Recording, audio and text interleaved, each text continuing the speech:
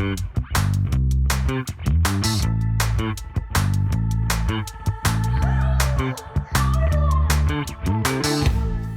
va parler d'un sujet important, qui est le sujet de la biodiversité. Donc on va poursuivre les échanges en écoutant différents témoignages. Et je pense que la transition va être assez facile pour moi pour l'intervention suivante, puisque par rapport à ce qu'a présenté Clémentine, on a un exemple assez concret de ce qui peut être fait en production. Alors, une entreprise qui fait de la production, mais qui fait aussi de la transformation, ce sont le groupe Rocher. Et donc, j'ai demandé à Cécile Laridon, donc, de toutes ces questions agroécologie, en particulier au niveau du groupe, peut-être de nous expliquer concrètement, en rebondissant sur ce qui vient d'être présenté, qu'est-ce qui est fait dans un groupe comme le groupe Rocher pour travailler les questions de biodiversité, aussi bien en production que peut-être un petit peu plus loin sur la chaîne de valeur, mais on pourra y revenir aussi plus tard. Donc, je ne sais pas si le diaporama suivant il va arriver. Donc voilà, présentation d'un exemple concret au sein d'un groupe, le groupe Rocher. Merci Philippe. Bonjour à toutes et tous. Donc Cécile Laridon, moi je suis en charge de ce qu'on appelle l'herbier et le sourcing durable de nos ingrédients naturels. Donc ce qui est lié directement au végétal en Bretagne, dans la partie bretonne du groupe Rocher. Donc le groupe Rocher et la biodiversité, je vais vous raconter un peu sommairement pourquoi et comment, avec quelques exemples. C'est à moi de passer les slides. Très rapidement, juste pour dire qu'on fait des cosmétiques. Naturel, efficace et engagé depuis 1959. Et on est donc entreprise à mission depuis 2019 avec une mission qui est centrée sur le vivant, en tout cas les relations entre les hommes et femmes les hommes et les femmes et la nature. Donc les 4 marques de cosmétiques, dont la marque Yves Rocher. Et ce qui est important pour la suite de ce que je vais vous raconter, c'est l'internalisation de la chaîne de valeur, donc de la plante à la peau, avec les différents maillons que vous pouvez voir là. Et donc voilà les racines du groupe Rocher qui sont à la Gacilly. Là où on a donc un jardin botanique qui est la première preuve de l'implication du groupe Rocher sur la biodiversité. La production des plantes en bio et dans un système en agroécologie. Vous voyez là, les 14 filières certifiées UEBT. Et c'est les racines, c'est historique à la Gacilly. C'est aussi notre territoire d'expérimentation sur le modèle agricole qu'on souhaite promouvoir pour traverser les différentes crises écologiques, environnementales qui font aujourd'hui notre quotidien. Là, je vous ai juste mis ça pour avoir un aperçu de l'ensemble de notre politique RSE, donc des engagements du groupe, beaucoup plus globalement que sur la biodiversité. Donc concrètement, on œuvre pour une consommation plus responsable à travers l'éco-conception des produits cosmétiques. On œuvre à réduire l'impact de notre chaîne de valeur. Donc ça, c'est travailler sur le carbone, l'eau, le plastique, la biodiversité étant le chapeau de tout ça. Tous ces éléments-là sont intimement liés. Et avec qui est-ce qu'on le fait? C'est la mobilisation de nos parties prenantes internes, donc collaborateurs, collaboratrices, et parties prenantes externes. Donc pour regarder plus précisément sur la biodiversité, j'ai remis quelques chiffres qui ont déjà été évoqués par Philippe. Donc le 38% de déclin des oiseaux des milieux agricoles entre 89 et 2018. Je vais prendre celui-ci. C'est un exemple. C'est beaucoup plus que la disparition de ces espèces-là. C'est aussi la fragilisation des maillons de la chaîne alimentaire avec une responsabilité humaine importante. On dit que la première cause, c'est la destruction des habitats. Donc on en subit les conséquences au quotidien. Sur la production agricole, Clémentine parlait dans l'intervention précédente des conséquences que ça pouvait avoir. Exposition aux maladies ravageurs, espèces exotiques envahissantes, etc. Mais la bonne nouvelle, c'est qu'on est aussi acteur. et donc acteurs par les pratiques agricoles qu'on promeut, par le type d'agriculture qu'on promeut, par nos différents achats. Et donc voilà, on a aussi à notre échelle les moyens d'agir. Donc vous voyez, la question de la biodiversité est assez ancienne pour le groupe Rocher. Par contre, on l'a structurée au fur et à mesure. Ça a commencé en 2010 et au fur et à mesure du temps. Et très récemment, donc en 2024, on a réécrit les choses pour justement en faire une politique chapeau de l'ensemble de nos engagements. Donc ça s'est concrétisé par un manifeste que je ne vais pas vous lire en détail. Ce qu'il faut retenir là, c'est peut-être la phrase en gras. Ce qui est important pour nous, c'est quand on dit œuvrer à sa mesure à restaurer les chaînes du vivant. Donc c'est une intention. L'idée derrière tout ça, c'est au sein de notre chaîne de valeur, de la production des plantes, achat des plantes, production des actifs cosmétiques, achat des actifs cosmétiques, de nos matières premières qui constituent les formules, l'éco-conception des formules, etc., jusqu'au client final, d'internaliser ces questions liées à la biodiversité versus des approches qui pourraient être plus liées à la compensation voilà, et au crédit biodiversité. Donc ça, c'est quelque chose qui nous tient vraiment à cœur dans notre mode opératoire. Donc concrètement, donc les trois grands éléments sur lesquels on travaille, donc des approvisionnements plus durables, des produits plus responsables, donc là c'est l'éco-conception des produits et la gestion de nos sites. Et là je vais me centrer sur les approvisionnements plus durables, c'est ça qui nous intéresse le plus et c'est d'ailleurs là où on a l'impact vraiment massif le plus important sur le vivant.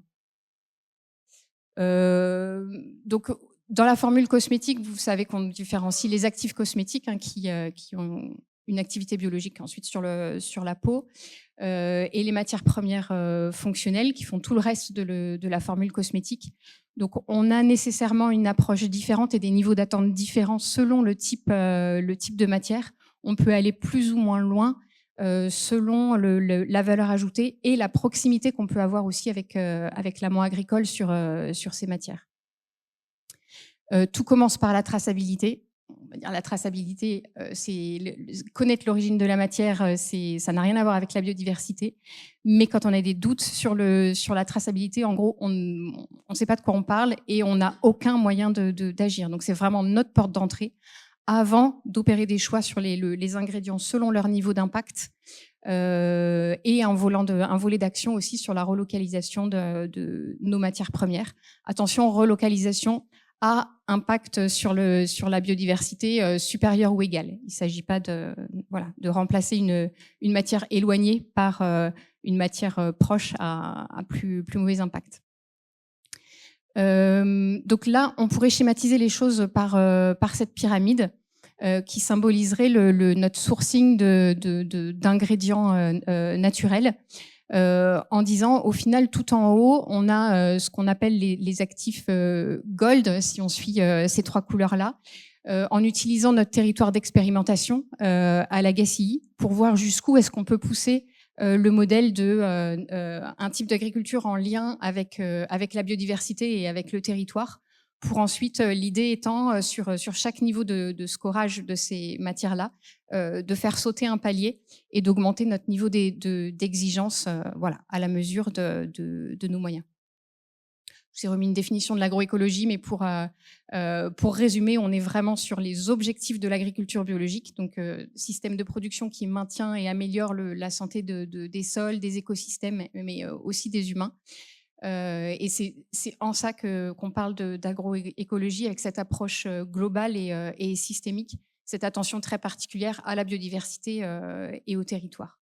Donc là, c'est ce qu'on recherche à la GACI. Si je regarde plus globalement donc sur autour du sourcing durable, donc la pierre angulaire des actions sur la biodiversité, d'une part, on souhaite contribuer à développer des sourcings d'exception avec on dit la GACI comme point d'ancrage, c'est en fait pousser les expérimentations à la GACI pour savoir décemment ce qu'on peut attendre de nos autres filières et nos autres types d'approvisionnement. Et d'un autre côté, pouvoir évaluer et adresser nos risques. Donc, on s'est doté d'un certain nombre de critères qui sont liés à la biodiversité. Vous en voyez quelques-uns qui sont là. Je ne parle pas des éléments liés aux droits humains et aux risques sociaux qui sont, voilà, qui, pour nous, ne peuvent pas être détachés des engagements sur la biodiversité. Et plus concrètement, mais tout dépendra du temps qu'on a disponible. Si on passe sur des exemples concrets, sur ce qui est fait à la GACI, je peux faire le lien avec les autres présentations, y compris de ce matin. On a un programme d'action sur agriculture et biodiversité. Donc, réintroduire du bocage géré durablement sur l'exploitation. On a obtenu très récemment une certification, donc le label E, qui garantit la gestion durable du bocage. Et on a travaillé sur le territoire à une dynamique collective pour proposer, travailler sur un modèle économique. On a beaucoup parlé des aspects rémunérateurs ce matin. Modèle économique de la haie, complémentaire de la production agricole, puisque la gestion des bois d'élagage de la haie sont utilisés pour le chauffage de nos sites industriels. Donc ça, c'est un exemple avec l'arbre vraiment pierre angulaire du système en agroécologie. Et pour compléter, donc voilà, un programme autour des indicateurs de biodiversité. Donc là, l'idée, c'est au-delà des infrastructures agroécologiques et des itinéraires culturaux, de pouvoir se dire comment est-ce qu'on peut aller jusqu'aux indicateurs d'état de la biodiversité, donc de mesurer et de faire une corrélation entre les pratiques et ce qu'on observe sur l'état de la biodiversité en utilisant des protocoles existants. Les plus faciles, entre guillemets, à utiliser possiblement sur la ferme. Ce qui est compliqué sur ce sujet-là, c'est de mettre le curseur entre la rigueur scientifique et du coup pouvoir faire des attributions et avoir des protocoles qui soient suffisamment faciles pour être applicables et diffusés. Je vais peut-être m'arrêter là sur... C'est vrai? Ok. Donc, je peux vous parler d'un deuxième exemple d'action. Je parlais de la relocalisation tout à l'heure, de l'approvisionnement de nos matières. Donc, il s'agit de notre porte d'entrée sur la relocalisation. C'est la réduction des distances, hein, bien sûr, et surtout la maîtrise de nos chaînes de valeur. Ce qu'on peut faire grâce à, donc on a parlé de l'internalisation de la plante à la peau, étudier ce qu'on peut réinternaliser en production de plantes à la GACI et s'en servir en fait pour extrapoler plus globalement quelles sont les plantes utilisées pour la cosmétique qui ont un sourcing aujourd'hui international qui serait pertinent de relocaliser en Bretagne, en France, dans les pays limitrophes, etc., selon les contraintes qu'on peut avoir, le niveau de maîtrise qu'on peut avoir de ces plantes-là aussi, et le niveau de risque vis-à-vis du dérèglement climatique et de l'érosion de la biodiversité. Voilà, on a certaines plantes emblématiques qu'on utilise aujourd'hui dans la cosmétique. On est absolument incertain de pouvoir les utiliser dans les 5, 10, 15 ans à venir. Donc, c'est travailler dès maintenant à des alternatives en utilisant ce qu'on a mis en place à la GACI pour pouvoir expérimenter. Donc voilà, tout ça, donc en conclusion, on essaye de le faire en réseau, hein, avec les réseaux bretons, réseaux techniques et scientifiques aussi qui sont sur ces sujets-là. Donc tout ça se fait aussi beaucoup par l'échange.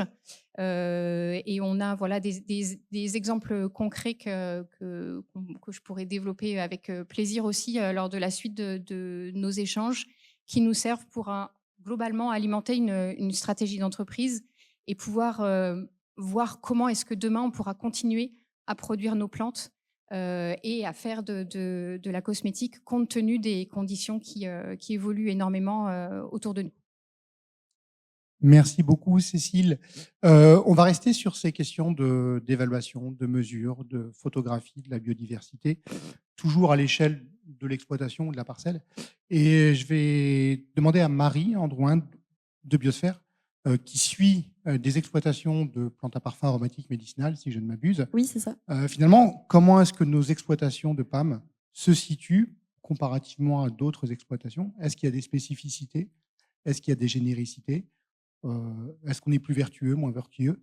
Mais par rapport à ton regard de technicienne qui a un peu cette vision de différents types d'exploitation, et Clémentine pourra compléter aussi, finalement, est-ce qu'il y a un marqueur particulier des exploitations de PAM en lien avec ces questions de biodiversité?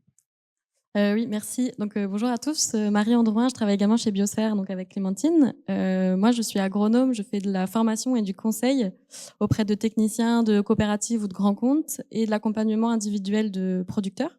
Donc, je travaille aussi bien sur des PPAM que plutôt partie arboricole. J'ai plutôt une dimension arbo, mais je travaille aussi en PPAM sur de la mauve, du bleuet, de cater, enfin, bon, plusieurs sujets.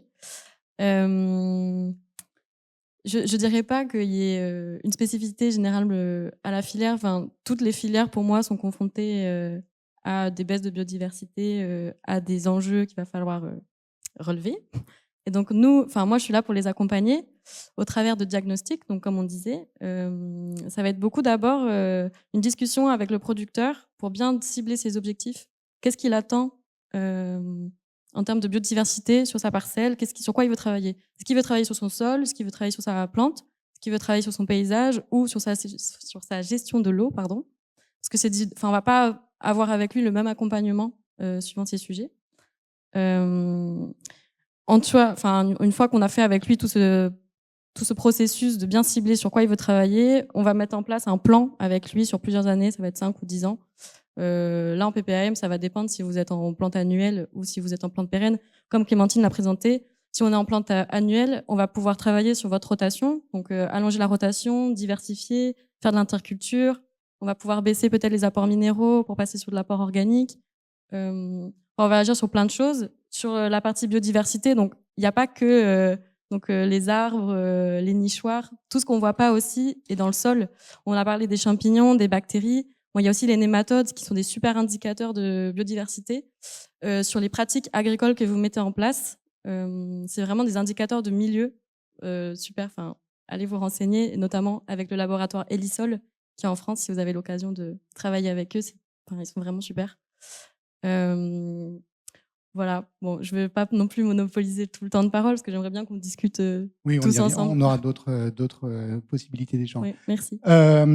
On va rester quand même sur ces questions de mesure. Je crois que Clémentine, tu as utilisé le mot métrique dans ton exposé introductif. Et donc, je voudrais passer la parole à François Duvaux, donc producteur de plantes aromatiques, voisin, qui vient voisin ici, pour parler d'un indicateur qui est le biodiscore, qui est un élément qui permet d'avoir une mesure objective de la biodiversité. Donc, est-ce que tu peux nous expliquer qu'est-ce que le biodiscore ? Oui, c'est ça. Du coup, je vais vous dire que si je suis là aujourd'hui, c'est à cause de vous, enfin plutôt grâce à vous, parce que je suis rentré dans la filière PAM il y a une quinzaine d'années. Et pendant les 5 premières années, j'étais très en colère après le vivant, parce que quand j'ai repris l'exploitation de mon père, c'était les adventices qui étaient mes ennemis. En fait, je les ai trouvées tellement résilientes qu'avec le temps, au bout de la 6e année, ce sont devenus mes copains. Et aujourd'hui, je peux vous dire, j'ai à peu près 50% d'amis humains et 50% d'amis non humains. Et je ne suis pas le seul dans ce cas-là. Et en fait, avec d'autres ingénieurs agronomes et aussi avec des mathématiciens, on a réussi à avoir une approche qui était complètement novatrice sur la biodiversité, qui est basée vraiment sur du pratico-pratique de ce qu'on peut vivre quand on a les pieds dans les champs pratiquement toute la journée.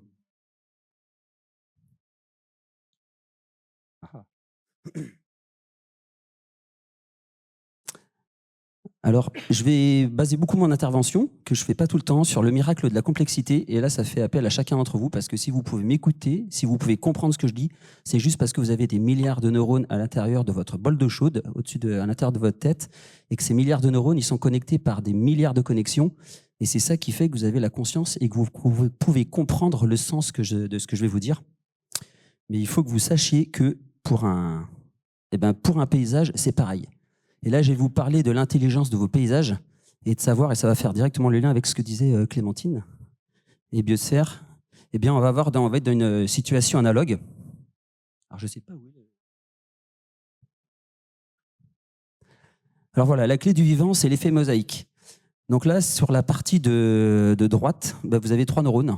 Donc vous avez un paysage qui ne va pas être ultra intelligent. Plus votre paysage il contient des neurones, et bien plus vous allez avoir, en fait, votre écosystème, il va faire la même chose que ce qui se passe dans votre tête, c'est qu'il va se mettre à réfléchir, il va pouvoir interagir. Et c'est vraiment la notion d'interaction qui est primaire, qui est vraiment majoritaire. Je regarde Jean Raymond, c'est juste pour dire que on favorise le parcellaire qui est morcellé, mais c'est pas non plus le bazar. On peut aussi avoir de la complexité et l'organiser. Alors le but d'I-Score, c'est quoi? C'est qu'on mesure en fait la combinaison que tous les êtres vivants vont avoir sur une exploitation en mesurant 3 critères. Donc je vais pas trop insister là-dessus parce qu'après je voudrais vous montrer le scan de la filière des plantes médicinales en France sur la base de 23 fermes. Donc là, les 3 facteurs clés en fait, qui composent les relations entre les êtres vivants, ça va être le nombre d'espèces par infrastructure, ce que disait Clémentine, les espèces associées sur une même parcelle, le nombre de parcelles par infrastructure, donc la façon dont elles sont disséminées, et puis le nombre total d'infrastructures sur exploitation. Alors, je vous montre le petit résultat qu'on a pondu avec les ingénieurs agronomes et puis les mathématiciens, c'est ça. Donc c'est une multiplication, et plus vous allez être dans un système complexe, plus vous allez avoir votre score qui va s'envoler vers le haut. Donc on démarre entre 0,1 et 1 biode hectare. Alors le biode, c'est l'unité de mesure qui dit que si votre ferme elle est complexe ou pas complexe, tout simplement. Et si vous êtes à 15 000, c'est que vous êtes rendu dans les jardins forêts du Kerala, en Inde, où là, c'est des agriculteurs qui cultivent du poivre sous des arbres et ainsi de suite. Mais on a le gradient de complexité de la ferme monoculture, quelqu'un qui aurait 100 hectares de blé avec une seule ferme, et puis celui qui a 150 espèces.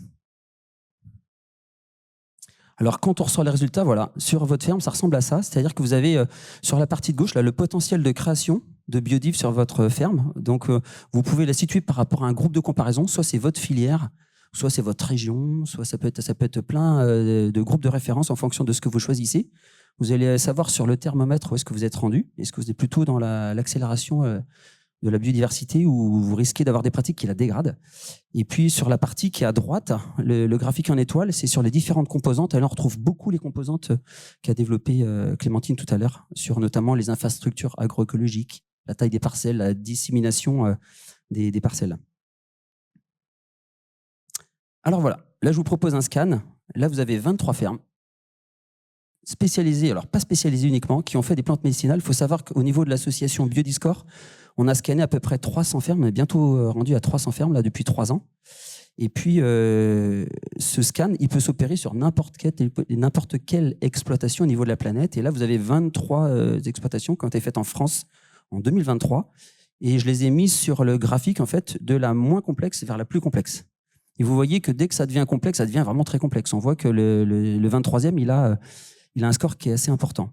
Alors, comment on peut expliquer ces résultats-là? Eh bien, on va regarder 3 critères principaux. C'est par exemple un des éléments qui est majoritaire, enfin qui est prépondérant, c'est le pourcentage d'infrastructures agroécologiques par rapport à la surface. Pourquoi c'est important? Parce que dans les infrastructures agroécologiques, c'est là qu'il y a les neurones. Donc, quand vous en cultivez sur votre exploitation agricole, c'est là que votre système, de facto, il va être plus complexe. Donc, vous voyez que le 23e, bah, lui, il est pas forcément le plus élevé, en fait, dans le pourcentage d'IAE, mais on voit que c'est quand même assez corrélé. On voit que le premier, celui qui avait le moins de complexité sur son exploitation, il n'a pas beaucoup. Il a au niveau de 5% d'infrastructures agroécologiques.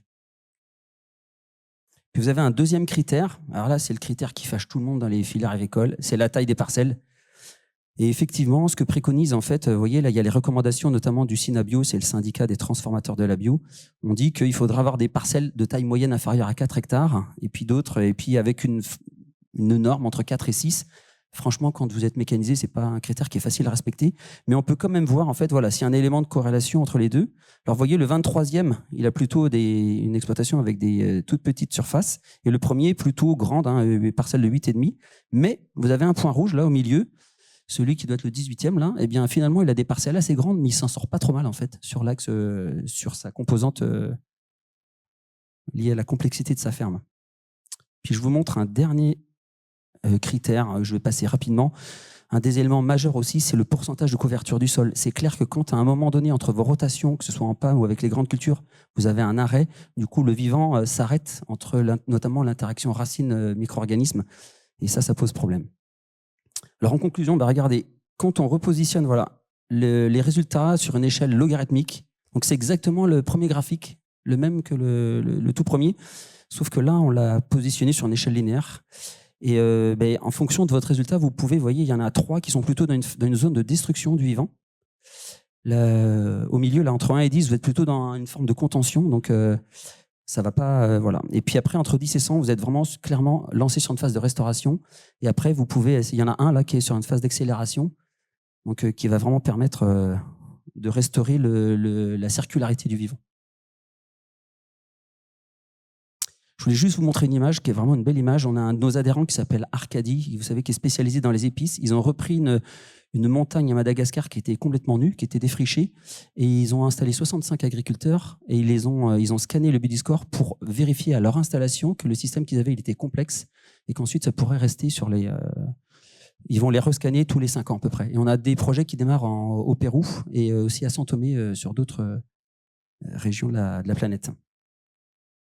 Et puis je continuerai voilà, pour vous dire que le Biodiscore, c'est un outil qui mesure voilà, le niveau d'intelligence de votre système, mais qui ne rentre pas dans le détail. C'est-à-dire qu'une fois que vous avez fait passer au scan votre exploitation avec cet outil, je vous conseille d'aller voir des gens comme Biosphère ou des gens qui sont spécialisés pour les écosystèmes sur votre région.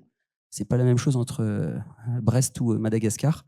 En tout cas, c'est un outil qui est gratuit, à part l'adhésion à l'association, qui est formel parce que c'est fait avec des mathématiciens et collaboratif. Voilà. Merci beaucoup, François. On va continuer le tour de table. Je vais passer la parole à Benjamin, que vous connaissez probablement toutes et tous, donc, qui encadre les projets plutôt sur l'évolution des itinéraires de culture à l'ITEPMAI, pour nous dire un peu finalement dans les projets de recherche qui sont conduits à l'Institut, comment est-ce que cette question de biodiversité est prise en compte, ou pas prise en compte peut-être d'ailleurs, mais où est-ce qu'on va la trouver dans les différents projets qui sont conduits à l'ITEPMAI? Oui, bonjour à tous. Alors en effet, la biodiversité, Philippe l'a dit, elle n'est pas forcément affichée en tant que telle dans tous nos projets. Le mot biodiversité n'apparaît pas forcément systématiquement dans tous les projets, mais finalement, elle est présente partout, de différentes manières. Alors dans certains projets, elle est présente de manière très claire. La biodiversité et les auxiliaires notamment sont particulièrement étudiés, mais dans tous nos autres projets, elle est très présente. Alors, je vais reprendre la première définition de la biodiversité avec les 3 types de biodiversité. Bon, il y avait la diversité génétique, je crois que c'était la toute première slide. La diversité génétique, elle est essentielle dans le cadre de notre filière. On a une partie création variétale qui est assez importante historiquement à l'ITEPMAI, et donc on repart toujours dans nos programmes de sélection de cette biodiversité naturelle au sein de chaque espèce, avec notamment notre partenaire, le Conservatoire de Milly-la-Forêt. Et donc on exploite cette biodiversité pour créer de nouvelles espèces, de nouvelles variétés, et répondre à des problématiques. Ça peut être des problématiques très basiques de rendement, mais aussi des problématiques de ravageurs, de pathogènes, des problématiques de changement climatique et d'adaptation. On va retravailler, réutiliser cette biodiversité génétique.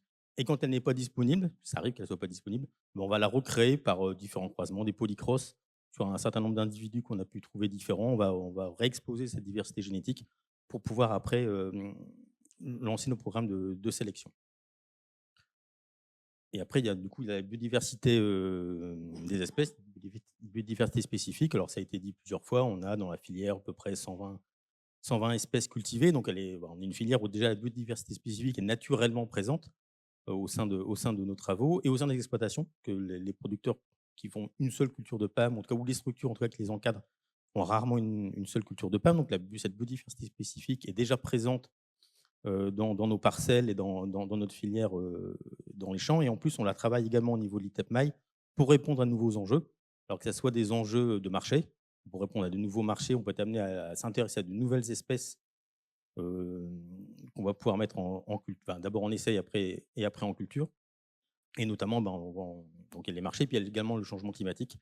Alors, changement climatique, on peut voir comme une problématique évidemment, et comment on va adapter nos cultures et nos espèces qu'on a déjà à ces aléas, à ces évolutions. Donc là, on va retourner sur la diversité génétique, mais on peut aussi profiter, si je puis dire, du changement climatique pour cultiver de nouvelles espèces qui n'étaient pas possibles avant en France métropolitaine, et par exemple des espèces de Turquie, de Nord-Afrique, deviennent cultivables en France, permet de relocaliser aussi certaines productions et donc pouvoir s'intéresser à ces espèces-là On a un programme qui s'appelle le programme NEDEX, qui est porté par la Chambre d'agriculture de la Drôme, dans lequel on s'intéresse à ces espèces-là. On va retrouver des romarins à cinéole type Maroc, du cumin, ce type d'espèces qui ne sont pas cultivées aujourd'hui en France. Alors, c'est aussi au bénéfice d'évolution de marché, où on peut s'intéresser à ces espèces-là qui deviennent potentiellement cultivables dans nos contrées. Et enfin, il y a la biodiversité des écosystèmes. Alors, c'est là où on a le plus d'activités en ce moment. Alors, dans des projets où elle est clairement affichée, je pense à des projets comme Ravastop pour la filière houblon ou Cécilave pour la filière lavandicole. Donc, c'est 2 projets coordonnés par ITAPMAI dans lesquels on s'intéresse du coup, à certains ravageurs, donc acarien puceron pour le houblon et cécidomie pour la lavande. Mais dans les 2, on va s'intéresser aux auxiliaires, ces ravageurs-là, aux auxiliaires qu'on peut trouver dans les parcelles et comment les favoriser, alors que ce soit par des plans de service, par des couverts végétaux, etc. Voir comment on peut favoriser cette biodiversité-là. Donc, ça, c'est 2 projets où clairement la biodiversité est au cœur des projets. Et après, il y a tous les autres projets. On en a parlé ce matin avec les projets PAM-PAM et Canopam en agroforesterie, où là, on a des entrées, notamment ombrage et changement climatique, qui sont, voilà, c'est l'objectif du projet, c'est le changement climatique et l'intérêt de l'ombrage. Mais de fait, on complexifie nos systèmes, on rajoute des arbres, donc on rajoute un nouvel écosystème au sein de la parcelle avec de nouveaux auxiliaires qui peuvent apparaître dans les arbres qu'on n'avait pas précédemment. On change le milieu, on va changer le microclimat du milieu, donc les espèces vont évoluer dans nos parcelles. Ça va plutôt augmenter globalement. Même Rachel l'a dit tout à l'heure, en agrivoltaïsme, c'est un peu différent parce qu'on rajoute du fer et du béton, c'est pas instinctivement ce qui va apporter le plus de biodiversité, mais on change malgré tout la biodiversité dans les parcelles avec des milieux qui vont être moins ouverts, on va favoriser d'autres types d'oiseaux notamment ou d'insectes. Bref, dans tous ces projets-là, on ne va pas forcément suivre spécifiquement la biodiversité, ce n'est pas le focus qu'on a dans ces projets-là, pour l'instant en tout cas, mais elle est malgré tout extrêmement présente. Il y a aussi tout ce qui va être évidemment les couverts végétaux qu'on travaille depuis très longtemps et qu'on travaille encore dans des projets autour de la gestion de l'enherbement. On en parlera demain matin dans le cadre d'autres présentations. Dans tous les cas, la biodiversité est présente dans beaucoup de nos projets et on pourrait également imaginer intégrer soit certaines notations, le biodiscore ou d'autres types de métriques que vous suivez dans ces projets-là, même si ce n'est pas la thématique principale, avoir cet indicateur biodiversité pour être un petit bonus à ces projets-là. Et puis enfin, juste un dernier mot, c'était évoqué aussi la biodiversité au niveau du sol. Effectivement, c'est ce qu'on ne voit pas. Le sol, ça ne sert pas que juste à tenir les plantes pour ne pas qu'elles se cassent la figure dans les parcelles. Donc, il y a vraiment un intérêt du sol au niveau et notamment au niveau de la vie du sol. Puis cette vie du sol peut aussi impacter nos plantes dans leur métabolisme et du coup dans ce qu'elles vont produire derrière et ce qui nous intéresse in fine dans la filière PAM. Donc il y a aussi des sujets hyper intéressants au niveau du sol à travailler au niveau biodiversité. Merci Benjamin. Pour continuer le tour de table, alors on a pas mal regardé ce qui se passait au niveau de la production. On va complètement basculer de l'autre côté, de l'autre bout de la chaîne de valeur. Et donc, j'ai demandé à Stéphanie Lumbers de la FEBA, donc Fédération des entreprises de beauté, donc qui fédère donc, tous ces acteurs du monde du cosmétique, on va dire. Finalement, quelle est la vision des entreprises en bout de chaîne de valeur par rapport à ces questions de biodiversité? Est-ce que c'est un point de sensibilité, c'est un point à valoriser, un point à travailler? Comment c'est pris en compte justement par ces entreprises qui valorisent les produits de l'exploitation? Oui, merci beaucoup de me donner l'opportunité de parler de tout ça. Comme je passe en dernier, je vais tâcher de ne pas répéter ce qui a déjà été extrêmement bien dit. Donc, la FEBA, c'est la Fédération des entreprises de la beauté. On représente environ 350 entreprises du secteur, de très grands groupes, mais aussi un grand nombre de PME, de TPE. Une des caractéristiques du secteur de la cosmétique, c'est qu'on a la chance d'avoir en France l'ensemble de la chaîne de valeur, toute la filière, à la fois production produits finis, emballage, ingrédients, etc. Et avec parmi les leaders mondiaux du secteur qui sont vraiment en capacité de jouer leur rôle de moteur et jouent ce rôle d'aider à la transformation, un appui méthodologique, des politiques d'achat responsables pour entraîner toute la filière dans ce mouvement. On traite du sujet de la biodiversité, mais pas que. Il y a aussi l'emballage, comme le disait Cécile, l'emballage et l'eau. L'eau qui est devenue un sujet extrêmement important, notamment depuis la sécheresse de 2022. Mais il y a depuis quelque temps une pleine reconnaissance du fait que la biodiversité est un enjeu absolument essentiel. Le secteur de la cosmétique, en fait, a des impacts, bien évidemment, sur la biodiversité, comme toute activité humaine, malheureusement, mais voilà, un impact. Mais c'est un secteur qui est très, très dépendant aussi de la nature, de l'eau propre et de ressources végétales. Donc, on a vraiment des entreprises qui investissent et qui travaillent très fortement sur ces questions. Alors, sur le point méthodologique, la difficulté de la biodiversité, c'est que ça se mesure pas si facilement que ça, du moins à l'échelle d'une entreprise. Autant on peut compter la consommation d'eau en mètres cubes, les émissions de carbone en tonnes de CO2 équivalent. Alors, il y a des méthodologies, évidemment, au niveau d'une filière ou de parcelles ou d'exploitation agricole, mais quand on veut faire de la macro sur une entreprise, les indicateurs deviennent très, très difficiles à manipuler. Et le message qu'on essaie de faire passer au niveau de la FEBA, c'est que c'est pas grave et que quelque part, alors il faut investir dans ces outils méthodologiques et en tout cas faire progresser la connaissance en termes de mesure de la biodiversité, mais il ne faut pas rester bloqué là-dessus. Et le plus important, c'est d'être dans l'action et de mettre en place comme je disais, des politiques d'achat responsables et puis et de contribuer à la mise en œuvre de pratiques agroécologiques qui de toute façon seront favorables à la biodiversité, qu'on arrive complètement à le mesurer ou pas.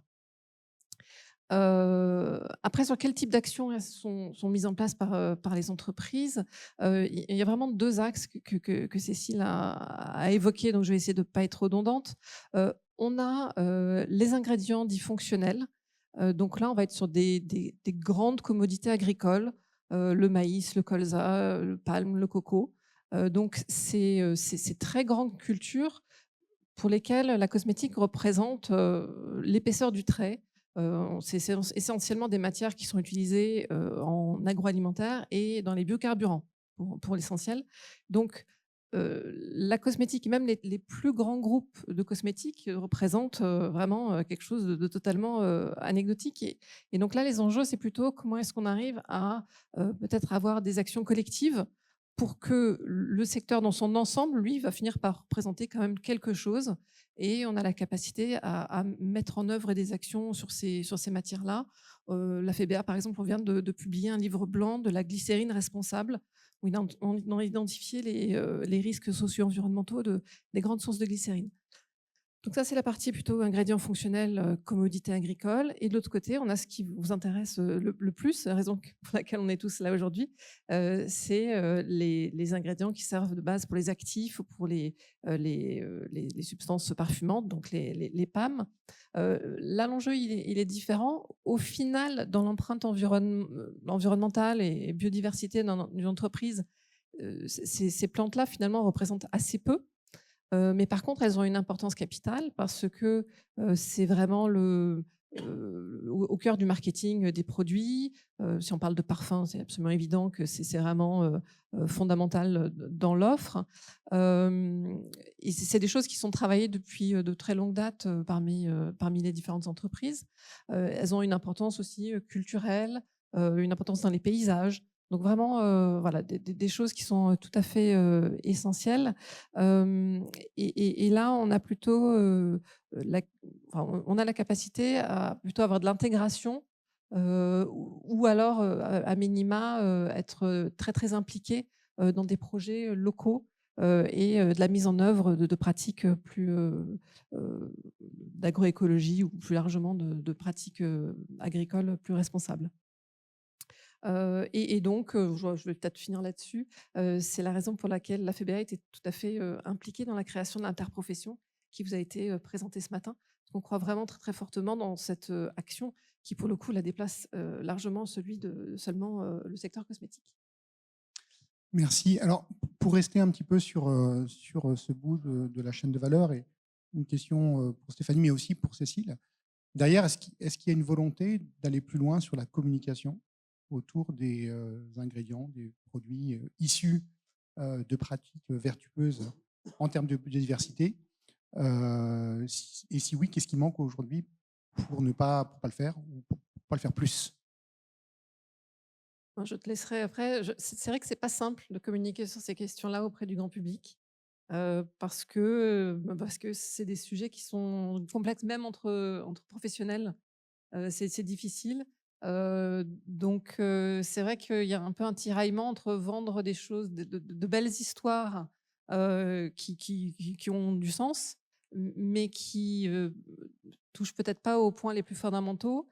Et puis si on veut vraiment entrer dans le détail, là, le site web, il suffit peut-être pas complètement. Ça, au niveau de la communication sur les produits, on n'a quand même pas beaucoup d'espace pour communiquer là-dessus. Les attentes consommateurs aujourd'hui sont quand même, on va pouvoir dire qu'on travaille en collaboration avec le vivant ou en lien avec la nature, ou voilà ce genre de verbatim au niveau de la communication produit, mais pas beaucoup plus loin que ça. Et ensuite, c'est plutôt sur la communication globale hors produit, donc dite corporate, où là, on peut aller plus loin, communiquer sur nos engagements aussi. Et au-delà de la communication, c'est aussi des actions de sensibilisation, du travail de réseau au sein de l'industrie cosmétique pour porter des sujets effectivement qu'on ne pourrait pas porter tout seul. Ça se fait quand même de plus en plus. Et du coup, ça rayonne en fait. C'est des choses qui font tache d'huile petit à petit. Je dirais plus que la communication produit. Ok. À vous écouter, surtout sur les premières interventions, donc Clémentine, Marie, François en particulier, et Cécile aussi d'ailleurs, vous mesurez la biodiversité à l'échelle d'une exploitation ou à l'échelle d'une parcelle. Est-ce qu'aujourd'hui, vous êtes en mesure de mesurer les bénéfices de la biodiversité, c'est-à-dire aller un cran plus loin? Et est-ce que c'est mesuré en statique, c'est-à-dire qu'on fait une photographie à un instant T? Et quel est éventuellement l'intérêt de le faire en dynamique, c'est-à-dire en progressif sur un temps un petit peu plus long, justement pour éventuellement appréhender non seulement la biodiversité, mais aussi les bénéfices, ou pas d'ailleurs peut-être, de cette biodiversité? Je sais pas qui veut répondre en première ou premier. Je peux répondre rapidement. C'est vrai que quand on met en place des pratiques, l'étude de la biodiversité et de ses effets bénéfiques, elle est difficilement quantifiable en faisant directement un lien entre auxiliaires, par exemple, et ravageurs, parce que c'est très multifactoriel finalement. On a parlé d'agroécosystème toute la matinée, donc en fait, ça va dépendre de tellement de facteurs que c'est très difficile d'établir un lien, un lien direct entre auxiliaires et ravageurs. Mais comme je l'ai dit tout à l'heure, il y a une grosse étude de l'INRA qui a été faite, qui a été publiée cette année en mai 2025, je crois, qui fait vraiment un lien entre les pratiques qui favorisent la biodiversité, entre des pratiques et un impact favorable sur la biodiversité. Donc, je pense qu'on peut faire confiance à, à ce genre d'études pour dire que même si on n'a pas de preuves directement chiffrées et de liens avec un seul facteur, je pense qu'on peut quand même se dire que adopter des pratiques d'agroécologie va en faveur de la biodiversité. Voilà. Et moi, je veux bien rebondir sur ce qu'on dit parce que moi, j'ai des retours agriculteurs, donc c'est pas sourcé, enfin, il n'y a pas d'études scientifiques, mais qui me disent qu'en mettant des bandes fleuries ou en mettant des haies, en fait, ils voient les taux de pollinisation améliorés dans leurs parcelles, donc plus de rendement s'ils font du fruit ou enfin, même de la floraison. Et on fait aussi des mesures NDVI, c'est sur le potentiel photosynthétique des arbres, donc c'est des images satellites qui vont voir en fait la vigueur et les potentiels de photosynthèse sur des parcelles. Donc quand on met en place des pratiques type couverts végétaux, remonter les taux de matière organique des parcelles, on peut améliorer du coup en fait toute la fertilité du sol, que ce soit physique, biologique et chimique. Et on va relancer l'activité de la plante. Donc ça c'est mesurable en fait via image satellite, de voir que la photosynthèse de la plante est plus élevée sur des parcelles qui ont été régénérées. Voilà. Mais bon. Moi, je voudrais compléter en disant que là, tout ce qu'on a, c'est des regards d'humains, en fait. Après, moi, la réponse que je peux vous faire, c'est d'un regard non humain, en fait. Demander à une plante, quand elle est dans un système complexe ou à un ver de terre, comment il se sent. Et en fait, il habite à un endroit où ça fonctionne. En fait, il a des voisins et autres. Et après, il faut faire confiance aux vivants. C'est-à-dire qu'à partir du moment où vous mettez en place des relations, la résilience va venir. Je sais plus, on a eu une intervention ce matin sur la robustesse, enfin, et puis sur la stabilité des écosystèmes. Donc c'est ça qu'il faut impérativement réussir à recréer, mais ça prend du temps. C'est-à-dire que des fois, moi j'ai eu des fois des exemples, juste pour vous dire, j'avais un agriculteur qui avait fait quelque chose de génial, mais qui était au milieu d'une zone complètement déforestée. Et puis des gens viennent chez lui, l'OFB, et puis il dit bah, non, c'est pas terrible ce qu'il y a chez toi. Mais le pauvre, il y était pour rien. Il était, sa taille critique était trop petite, malgré ses bonnes pratiques, par rapport à l'endroit où il se trouvait. Et j'ai eu l'exemple inverse, quelqu'un qui ne faisait rien pour la biodiversité, qui était au milieu d'une forêt, qui disait mais moi, l'OFB, ils ont dit que c'était génial, j'étais dans un endroit génial. Mais c'était pas à cause de lui, c'était à cause de tous les voisins. Donc voilà. Et puis je voulais juste revenir moi sur la partie valorisation, sur la biodiversité dans les filières, parce que ce que je constate aujourd'hui, c'est qu'il y a un décalage entre ce que les producteurs font, les agriculteurs, ce qu'ils font en fait, les banques fleuries, tout ça, on parle de nous, mais aussi quand on voit la biodiversité dans les médias, souvent ce sont des projets qui sont géniaux en Afrique, voilà, tel grand groupe, je vais citer la cosmétique, qui a investi beaucoup d'argent, enfin beaucoup de bénéfices pour remettre en place une petite oasis au milieu du Sahara. Mais ça, vu du ciel, ça fait rien du tout. Le plus important, c'est qu'il faudrait réussir à mettre la valeur biodiversité dans les contrats de culture, de trouver un système de chaînage pour que cette valeur-là, elle arrive jusqu'à celui qui gère le territoire, l'agriculteur. Et nous, enfin, en tout cas, en tant que producteur, c'est ce qu'on demande, quoi. Merci. Alors, on va peut-être garder quelques minutes pour des questions de la salle, parce que le temps file. Donc, je ne sais pas s'il y a des micros qui circulent, mais est-ce qu'il y a des questions pour nos intervenants? J'avais une petite question facile, c'était plutôt pour Clémentine Dumez. La biodiversité, parfois, c'est aussi les ravageurs, en fait, sont aussi les ravageurs qui n'étaient pas présentés dans les 3 catégories. Parfois, ces ravageurs peuvent être des auxiliaires vis-à-vis d'autres aspects. Et comment on organise finalement voilà, son exploitation à l'échelle où on travaille pour ne pas favoriser ces ravageurs finalement et les défavoriser en dehors du fait que effectivement il y a des comment dire des auxiliaires, mais voilà, comment on arrive, parce que ça c'est une vue quand même très anthropique de dire on a des ravageurs, on a des auxiliaires, mais c'est notre considération. Voilà, c'était pour avoir votre éclairage. Je pense que l'objectif, c'est de vraiment maintenir un milieu le plus résilient possible et de, comme j'ai dit un peu au début, de maintenir des chaînes trophiques équilibrées. Et peut-être qu'on aura toujours des ravageurs, mais l'objectif de maintenir une abondance de biodiversité, de favoriser les auxiliaires d'une vision anthropique, c'est d'éviter des pullulations. Donc même s'il y a des ravageurs qui sont présents, ils auront peut-être une incidence plus négligeable sur la culture de par la présence d'autres organismes. Donc nous, c'est ce qu'on va chercher, à faire avec les pratiques d'agroécologie et d'agriculture régénérative. C'est peut-être pas de supprimer totalement la présence des ravageurs, mais c'est de faire en sorte qu'ils explosent pas le plafond et qu'ils pullulent pas, et que du coup leur incidence sur la culture soit la plus faible possible. Voilà, je ne sais pas si ça a répondu à la question. Je crois qu'il y avait une question de Benoît. Oui, c'est ça. Moi, c'est pour Cécile. Dans une slide, tu as parlé de cueillette durable. Donc, je pense que ça concernait les plantes de cueillette. Quels sont les leviers du groupe sur la cueillette? Parce que c'est vrai qu'on a parlé pas mal de la culture, améliorer la biodiversité dans les cultures. Mais c'est un vrai sujet aussi sur la cueillette sauvage. Et on a quand même beaucoup moins d'impact. Et pourtant, la cueillette sauvage reste très importante pour notre filière. Et on sait qu'il y a beaucoup d'espèces en voie de disparition, justement. Donc voilà, je voulais savoir comment le groupe travaille la question. Alors, j'ai beaucoup moins d'éléments sur ce sujet-là que sur la production, désolée. Mais dans notre sélection d'ingrédients issus du végétal, quand la plante issue de la cueillette, on demande des éléments de réassurance sur la cueillette responsable, cueillette durable. Et sans éléments de réassurance, c'est un critère bloquant pour nous. Donc ensuite, véritablement, on en a relativement peu par rapport aux plantes de culture. Donc, on peut se permettre d'aller jusqu'à la source pour comment dire, avoir une vue sur les pratiques en direct. Ok, merci. Et j'ai une deuxième question pour Monsieur Complexité. Désolé, j'ai oublié. François. François, pardon, j'ai oublié le prénom. C'était très intéressant le biodiscore. Par contre, bah, moi en tant que producteur, je trouve que ça vient en accumulation de beaucoup de notations. Et comment on s'y retrouve dans tout ça?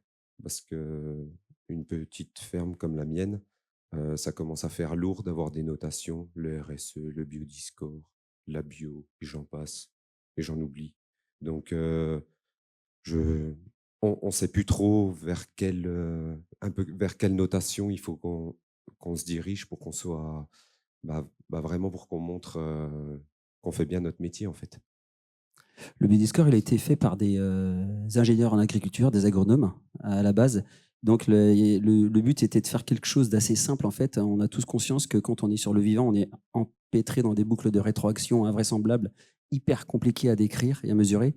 Par contre, le vrai pouvoir d'un agriculteur, c'est l'aménagement du paysage.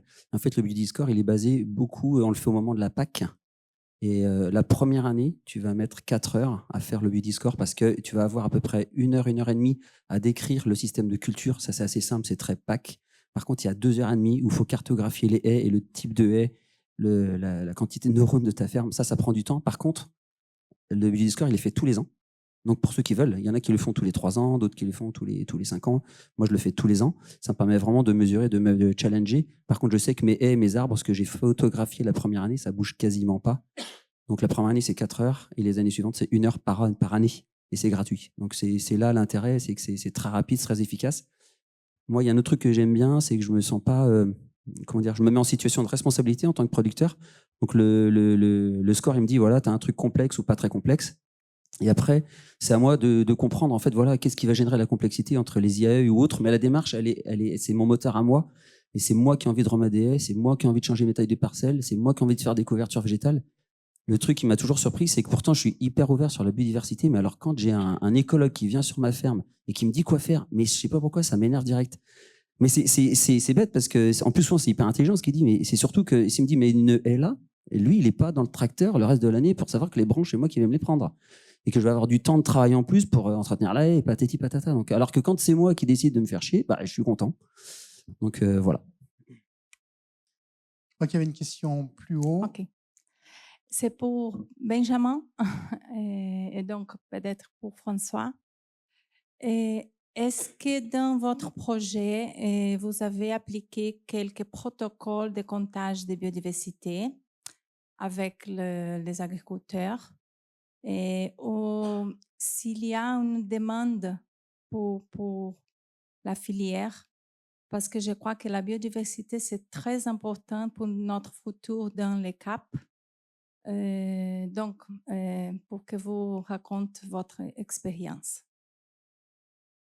Alors du coup, dans nos projets, alors j'ai cité 2 projets là sur Houblon et la Vendrée où il y a vraiment des suivis du coup biodiversité auxiliaires du coup, les ravageurs et les auxiliaires qui vont avec. Donc là vraiment, on a des suivis, des notations dans ces 2 cadres, dans ces 2 contextes-là.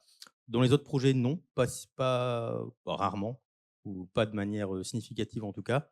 Ça peut arriver en agroforesterie. Dans le projet PAM-PAM, il y a eu des comptages. Alors, ce n'était pas ITEPMAI qui les avait fait, mais dans le même projet, c'était justement Agrouf qui avait fait ces suivis-là dans les arbres et dans les PAM qui avaient à côté. On voyait justement les cortèges qui étaient différents entre les arbres et les PAM et qu'il pouvait y avoir des interactions entre les deux réservoirs.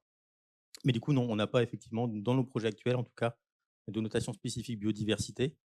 On a notre gros programme qui sera évoqué demain où on va justement travailler les couverts végétaux, etc. Il n'y a pas forcément d'indicateur qui est aujourd'hui prévu sur la biodiversité, mais qui pourrait être effectivement intéressant d'intégrer parce que c'est des notions qui viennent de plus en plus importantes, qui me paraît effectivement intéressant de rajouter au panel d'informations qu'on peut acquérir des systèmes qu'on étudie. Merci. Je peux juste compléter, madame, en disant que le biodiscore, c'est un outil qui est très jeune. Et aujourd'hui, le premier retour d'expérience qu'on a, donc en ce moment, il est dans les mains de l'ITAB qui est en train de nous améliorer l'outil. Donc l'ITAB, c'est l'Institut technique de l'agriculture biologique en France. Et puis après, sur le nombre d'exploitations, on l'a déployé. Ce sont les techniciens des coopératives agricoles qui assistent les producteurs pour faire leur biodiscore. Pour l'instant, leurs retours sont formels. Il y a une corrélation complète et totale entre les pratiques de l'agriculteur qu'ils connaissent très bien et partagées par l'agriculteur, et puis les résultats du biodiscore. Et maintenant, notre souhait, c'est aussi de se rapprocher vers des spécialistes comme Biosphère pour pouvoir aller plus loin, peut-être de cartographier des exploitations qui ont des biodiscores élevés ou pas élevés, peu importe, et de voir le taux de corrélation par rapport à des comptages précis. Pardon, c'est une petite question comme ça. Je me demandais, le biodiscore, il prend que la biodiversité qui n'est pas dans le sol, ou vous faites des mesures aussi sur biodiversité dans le sol, sur vers de terre, nématodes, bactéries, champignons, ou pas du tout? Zéro mesure. C'est pour ça qu'on fait ça en 4 heures, une fois par an, et que c'est gratos. C'est pour ça. Mais ça ne veut pas dire qu'il ne faut pas en faire, hein, attention, mais voilà. Pardon, je monopolise un peu. Je disais parce que du coup, on oublie, la biodiversité sur laquelle vous mesurez, c'est pas l'ensemble biodiversité qui est possible d'avoir sur la parcelle. J'ai l'impression qu'on se biaise un peu en oubliant toute une partie biodiversité dans l'outil. C'est une réflexion personnelle. Je transmettrai des documents plus précis pour ceux qui le souhaitent. Ouais. Et si je peux juste rebondir sur un truc sur la mesure directe, comme je l'ai dit dans ma présentation, c'est des choses qui sont possibles, mais qui sont hyper dépendantes des conditions climatiques, de la saison, de la période de l'année. Et en fait, suivre des évolutions en fonction des pratiques, par exemple, on fait un T0 et ensuite on fait un T année plus 3, par exemple. En fait, si on a les mêmes conditions, on va pouvoir avoir une évolution. Mais si on a, par exemple, en T0 une année où on avait de la pluie, les résultats ils vont être un peu nuls. Et si 3 ans après, on a une super année avec plein de soleil, les résultats vont être mieux. Et en fait, vu que ça dépend aussi des facteurs climatiques, les mesures directes, elles sont un peu à nuancer. Enfin, les résultats qu'on a sont un peu à nuancer. C'est pour ça qu'on va dire que c'est un résultat à un temps T, plutôt que mesurer une évolution avec des mesures directes. Ou alors, il faut faire un nombre de mesures très, très important. Enfin, il faut faire un nombre de répétitions pour avoir une robustesse scientifique. Mais du coup, ça coûte très cher et ça prend beaucoup de temps, quoi. Ouais, c'est ça. En tout cas, je rebondis, c'est exactement ça. L'idée aussi du biodiscore, c'est on sait qu'un agriculteur, quand il met une haie, quand il réduit ses surfaces de parcelles, quand il met des infrastructures agroécologiques, ça, c'est des choses structurelles pour le paysage et qui peuvent se mesurer dans le temps. Et effectivement, quand on fait une mesure directe, on pourrait avoir des surprises. Pour autant, si les haies sont bien présentes et que le boulot a été fait, il y aura du résultat. Donc, je vais juste dire 2 mots de conclusion par rapport à cette table ronde, déjà en remerciant l'ensemble des participants et des intervenants. Moi, je retiens quelques mots-clés. Le premier, c'est complexité. Complexité parce que multidisciplinaire. On a parlé d'écologie, on a parlé de botanique, on a parlé de génétique, on a parlé d'entomologie, d'ornithologie, de paysage. Donc, en fait, évaluer la biodiversité, c'est faire appel à tout un tas de champs de compétences extrêmement variés. Je retiens ce besoin d'avoir des éléments de mesure.